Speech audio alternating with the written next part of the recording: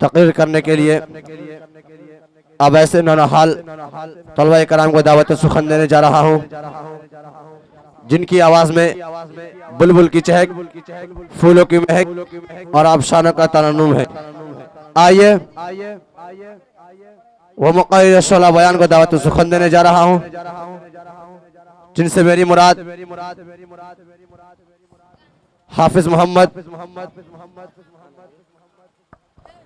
गुफरान सल्लमहु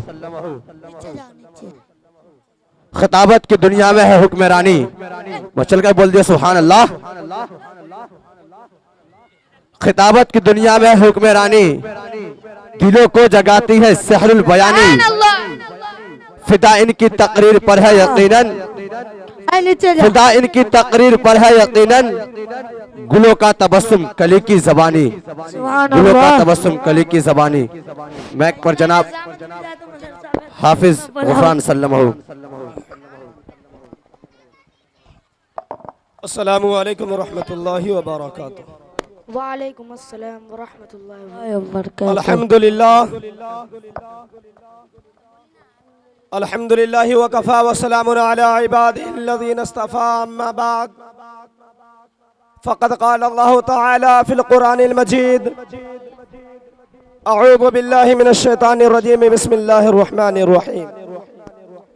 लकुम दीनुकुम वलिय दीन। सदक़ल्लाहुल अज़ीम।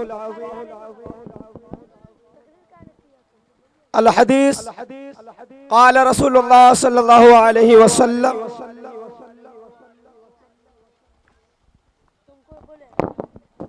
अद्दीनु युस्रुन। सदक़ल्लाहुल अज़ीम। मेरे मुहतरम बुजुर्गों, भाइयों और अजीज साथियों,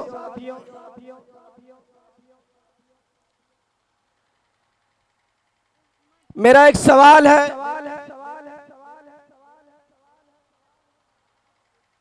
आखिर चारों जानिब से यही सदाएं क्यों आती हैं?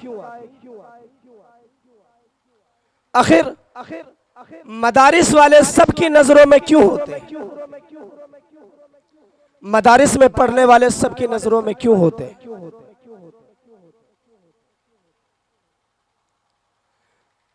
कल भी था और आज भी है। गौर करने की बात है,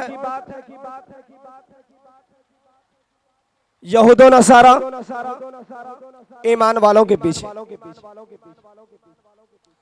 और वक्त हालात को भी देखिए, आज भी जगह जगह से मुद्दे उठाए जाते हैं। किन के लिए? कभी मदारिस के लिए, कभी 3 तलाक के ऊपर, तो कभी मदारिस में आने वाले अखराजात के ऊपर कि आखिर मदारिस में ये अखराजात कहां से आते हैं।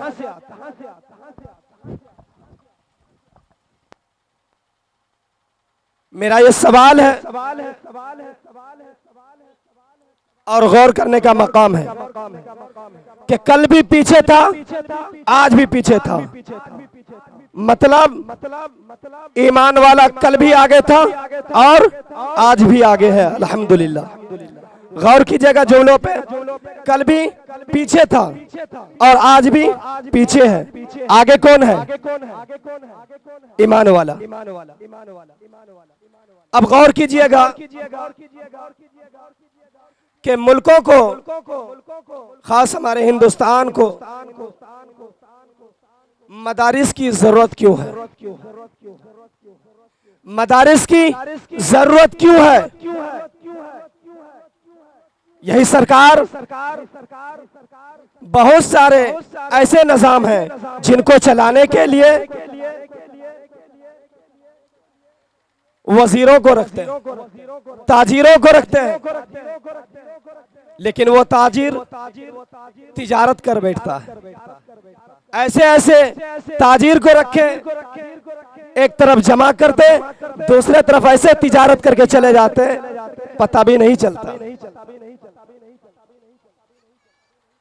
और जो सीधा साधा ईमान वाला है वो सबकी नजर में रहता है। जुमलों पर गौर फरमाएं।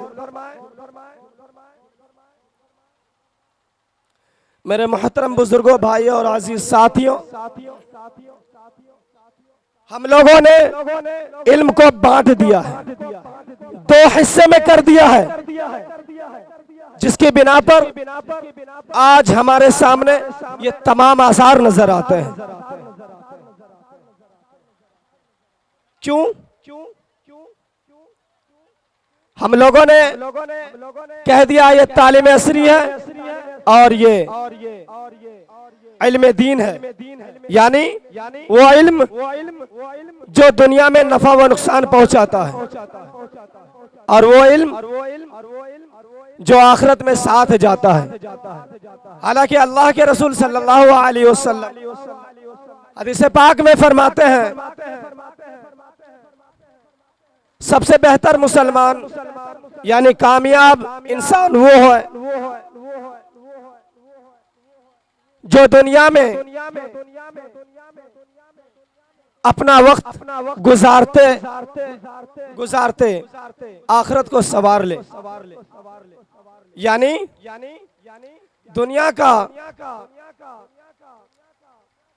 दुनिया के तमाम निजामों में ढलकर आखिरत की तैयारी कर ले।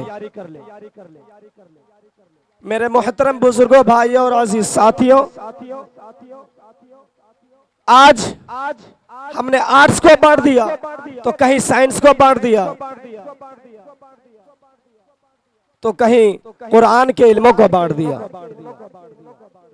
जबकि ये सवाल है कि साइंसदां कहां से निकले, साइंसदां कहां से निकले? वही कुरान है जिसको पढ़कर बड़े बड़े मुफक्किरीन, शोहदा और साइंसदां बने। लेकिन आज मौजूदा हालात को देखिए, मद्देनजर कीजिए कि आज कहते हैं कि मदारिस में पढ़ने वाला हुफ़ाज़े इकराम, उलमाए दीन सिर्फ कुरान और हदीस के अलावा और कुछ नहीं जानता। नौज़ बिल्लाह। ये गलत फहमी में पड़े हुए हैं। कल भी अल्हम्दुलिल्लाह ईमान वाला बेदार था और आज भी है, बशर्ते के इस बात को उस नजरिए से नहीं देखा जा रहा है जिस नजरिए से कल देखा जा रहा था। जुमलों पर गौर कीजिएगा।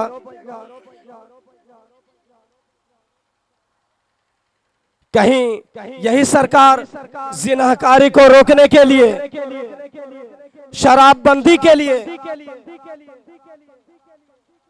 तो कहीं सरकार के जरिए आने वाले अनाज उन गरीब लोगों तक पहुंचाने के लिए,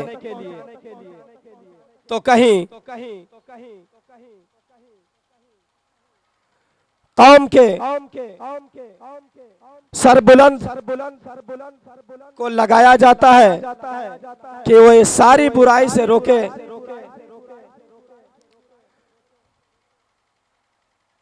कि गरीबों का माल गरीबों के हक में पहुंचे, मुआशरे में बुराई ना फैले, शराब ना पिए, जिना ना करे, कत्लो गारत ना हो। आप गौर कीजिए कि मदारिस के तालिबे इल्म जब अपने समाज में जाते हैं क्या ये सब बुराई को रोकते हैं? हाथ का इशारा करके जरा बताइएगा, रोकते हैं या नहीं रोकते हैं इस बुराई को? जिनाकारी हो, बदकारी हो, कत्लो गारत हो, गरीब यतीमों का माल, ये सारी तालीम देता है इस्लाम, मदारिस के ये उनके हक में जाए। गरीब यतीमों का माल उनके पास पहुंचे और पूरा पूरा पहुंचे। कत्लो गारत को रोकने का हुक्म इस्लाम देता है। इसके अलावा जिना शरीयत इस्लाम ने हराम फरमाया है।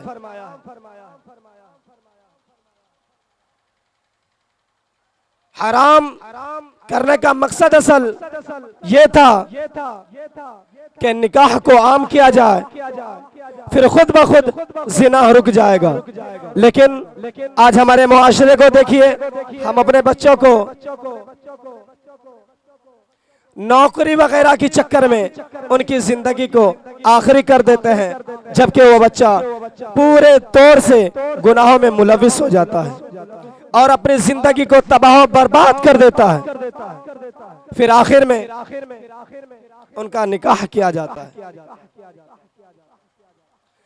हर किसी का निकाह से पहले ही दूसरी जगह ताल्लुक बन जाता है। उसके बाद माँ बाप उनका रिश्ता लगाते हैं। अब ये बताइए, जब दो तार एक में जुड़ जाता है और फिर जब तीसरा उसमें गर्म ही जोड़ा जाए तो बताइए क्या होगा? शॉर्ट होगा। यही वजह है कि तलाक का मामला बढ़ता चला जा रहा है। हमारी बहनें नौजवानी की उम्र में तलाक शुदा होकर घर में बैठी हैं। ये तालीम देता है मदारिस कि आप अपने बच्चों का निकाह, और ये शरीयत का हुक्म है कि आप अपने बच्चों का और बच्चियां का निकाह तब कर दें जबकि उनसे गुनाह का मादा पाया जाने लगे। लिहाजा मैं इसी चंद बातों पे अपनी तकरीर को इख्तिताम करता हूं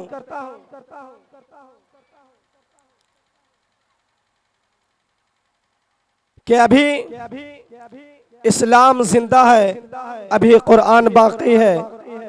अभी इस्लाम जिंदा है, अभी कुरान बाकी है। मुसलमान बेदार नहीं है तो इसका मतलब यूं मत समझो, अभी इस्लाम बेदार नहीं है तो यूं मत समझो कि कुरान और हदीस पे चलने वाले कम हो गए हैं।